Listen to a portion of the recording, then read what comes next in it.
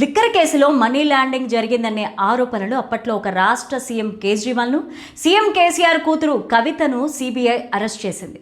ఈ కేసులో కవిత దాదాపు 166 రోజులు జైల్లో ఉంటే అరవింద్ కేజ్రీవాల్ 156 రోజులు జైలు జీవితం గడిపారు. మనీష్ సిసోడియా అయితే ఏకంగా 530 రోజులు జైల్లో ఉన్నారు. కానీ చివరికి ఆ కేసులో ఏమీ లేదంటూ ఢిల్లీ కోర్టు కొట్టివేసింది. మరి లిక్కర్ కేసు మూలంగా కేజ్రీవాల్, కవిత నష్టపోయిందేంటి? జైలు జీవితం తర్వాత వారి రాజకీయ జీవితంలో వచ్చిన మార్పులేంటి? ఆ లిక్కర్ కేసు వల్లే ఢిల్లీలో ఆప్, తెలంగాణలో బీఆర్ఎస్ ఓడిపోయాయా? రాబోయే రోజుల్లో మళ్ళీ ఈ కేసును రీఓపెన్ చేసే అవకాశం ఉందా? చూద్దాం. దేశవ్యాప్తంగా లిక్కర్ కేసు ఒక సంచలనం సృష్టించింది. ఈ కేసులో ఢిల్లీ మాజీ సీఎం కేజ్రీవాల్, మనీష్ సిసోడియా, కల్వకుంట్ల కవితతో పాటు 40 మంది దాకా అరెస్ట్ అయ్యారు. ఈ కేసులో కవిత 5.5 నెలల పాటు జైలు జీవితం గడపాల్సి వచ్చింది. అయితే తాజాగా లిక్కర్ కేసులో ఆధారాలు సరిగ్గా లేవని ఢిల్లీ రౌస్ అవెన్యూ కోర్టు ఈ కేసును కొట్టివేస్తూ సంచలన తీర్పు ప్రకటించింది. ప్రభుత్వాలకి తలకిందులు చేసిన కేసులో ఊహించని తీర్పు వెలువడడంతో అంతా ఒక్కసారిగా షాక్కి గురయ్యారు. లిక్కర్ కేసులో ఢిల్లీ మాజీ సీఎం కేజ్రీవాల్ అరెస్టు నుంచి ఇటీవలే ఆయనపైన కేసు కొట్టివేత వరకు అనేక నాటకీయ పరిణామాలు చోటు చేసుకున్నాయి. లిక్కర్ కేసులో ఆయనపైన మనీ లాండరింగ్ ఆరోపణలు చేస్తూ ఈడీ 2024 మార్చిలో అరెస్ట్ చేసింది.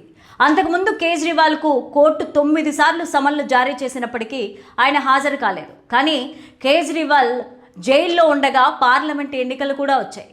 దాంతో ఎన్నికల్లో ప్రచారం చేసుకునేందుకు బెయిల్ కావాలని కోర్టును కోరగా సుప్రీంకోర్టు బెయిల్ ఇచ్చింది. ఎన్నికల ప్రచారం అయిపోగానే కోర్టు ఆదేశాల ప్రకారం తిరిగి తీహార్ జైలుకు వెళ్లిపోయారు. 2024 మే నెలలో జరిగిన లోక్సభ ఎన్నికల్లో ఢిల్లీలోని మొత్తం 7 స్థానాలను బీజేపీ కైవసం చేసుకుంది. ఆమ్ ఆద్మీ పార్టీ ఒక్క సీటు కూడా గెలవలేదు. ఈ ఓటమికి లిక్కర్ కేసే ప్రభావం ఒక కారణంగా ఆ పార్టీ నేతలు భావిస్తున్నారు. ఆ తర్వాత ఢిల్లీ శాసనసభ ఎన్నికలు ఫిబ్రవరి 2025లో జరిగాయి. ఈ ఎన్నికల్లో ఆమ్ ఆద్మీ పార్టీ అధికారాన్ని కోల్పోయింది. వరుస అరెస్టులు, అవినీతి ఆరోపణలు ప్రజల్లో పార్టీ ప్రతిష్టతను పూర్తిగా దెబ్బతీయడంతో ఆమ్ ఆద్మీ ఘోరంగా ఓటమి పాలైంది. ఢిల్లీ ఎన్నికల్లో బీజేపీ లిక్కర్ కేసును ఒక అస్త్రంగా వాడుకొని గెలిచింది. అయితే ఎట్టకేలకు లిక్కర్ కేసులో కేజ్రీవాల్కు భారీ ఊరట లభించింది. ఏదేపైనా ఆ ఒక్క కేసు కారణంగా ఆమ్ ఆద్మీ పార్టీ చాలా నష్టపోయిందనే చెప్పాలి. కేజ్రీవాల్ తరహాలోనే కవిత రాజకీయ జీవితంలోనూ ఊహించని సంఘటనలు చోటు చేసుకున్నాయి. లిక్కర్ కేసులో కవిత బెయిలుపై విడుదల అయి వచ్చాక బీఆర్ఎస్ పార్టీ కార్యక్రమాలకు కాస్త దూరంగా ఉంటూ వచ్చారు.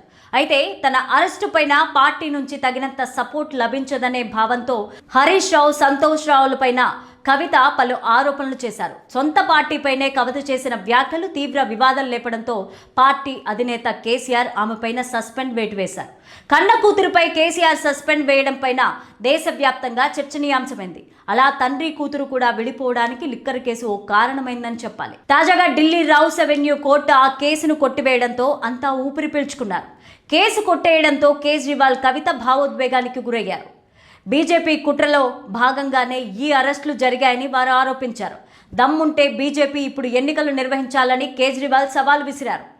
కేటీఆర్ సైతం ఇదే విషయాన్ని ప్రస్తావిస్తూ బీజేపీ కుట్రల వల్లే ఆ పార్టీ, బీఆర్ఎస్ పార్టీ ఓడిపోయిందని తెలిపారు. ఏదేమైనా లిక్కర్ కేసులో కేజ్రీవాల్, కవిత రాజకీయ జీవితాలను తల్లకిందులు చేసిందనే చెప్పాలి. సీఎంగా ఎంతో పేరు ప్రఖ్యాతలు సంపాదించుకున్న కేజ్రీవాల్ ఆ ఒక్క కేసుతో ఎంతో నష్టపోయారు. మరోవైపు బీఆర్ఎస్ నుంచి సస్పెండ్ అయ్యాక కవిత సొంత పార్టీ పైన పూర్తిగా ఫోకస్ పెట్టి 2029 ఎన్నికలే లక్ష్యంగా పనిచేస్తున్నారు. ఒకవేళ 2029 ఎన్నికల్లో మంచి ఫలితాలు వస్తే కనుక లిక్కర్ కేసు వల్ల ఆమెకు కాస్త మంచి జరిగినట్టే అవుతుంది. లేదంటే మాత్రం రాజకీయంగా ఆమెకు పెద్ద దెబ్బ తగలడం పక్కా అని విశ్లేషకులు చెప్తున్నారు. కేజ్రీవాల్ సైతం రాబోయే ఎన్నికల్లో బీజేపీకి గట్టి గుణపాఠం చెప్పాలని డిసైడ్ అయ్యారు. మరి ఆయన ఎలాంటి రిటర్న్ గిఫ్ట్ ఇస్తారో వెయిట్ చేసి చూడాలి. మరి